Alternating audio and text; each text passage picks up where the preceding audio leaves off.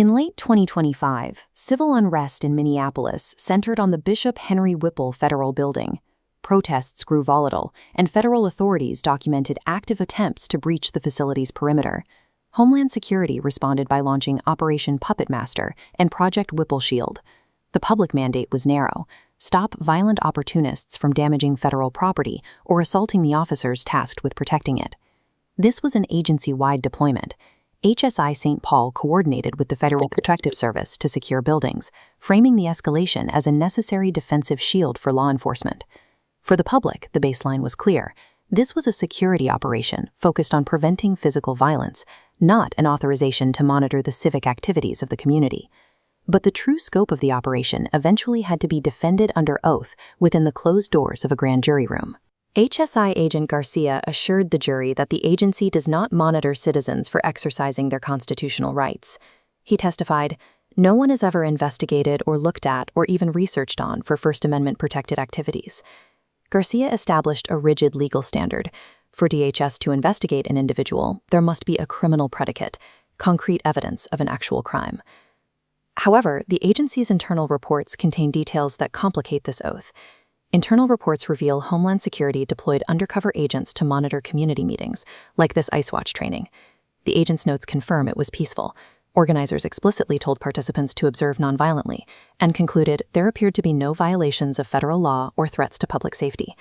Despite finding zero evidence of criminality, HSI continued to embed undercover operatives into activist networks like the Sunrise Movement. Secretly monitoring assemblies that the agency classified as peaceful bypasses, the requirement for a criminal predicate. The agency's surveillance quickly expanded from physical community meetings into massive financial dragnets, specifically targeting the private financial records of advocacy nonprofits.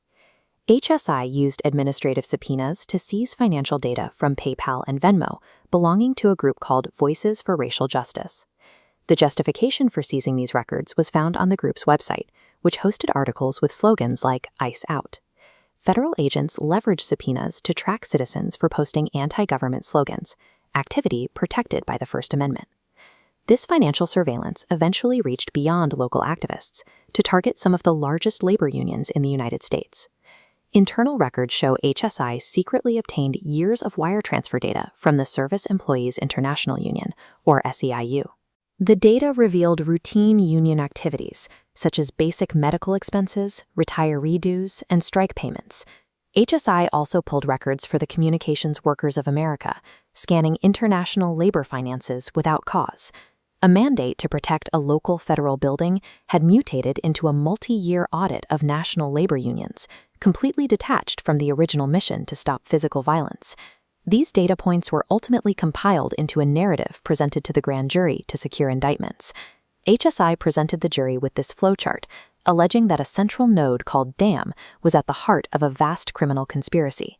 The chart links the AFL-CIO, SEIU, and local nonprofits into a single criminal syndicate. This web was built by tracking individuals who attended the same legal public meetings or participated in protected protests. This map documents constitutionally protected civic engagement, presented to the jury as a criminal syndicate. The sworn testimony of "always a criminal predicate" stands in direct opposition to the reality of tracking strike funds and anti-ICE articles. When protecting federal property serves as a justification to track union finances and peaceful assemblies, the mandate has expanded far beyond its legal premise, effectively monitoring the very activities the First Amendment was designed to protect.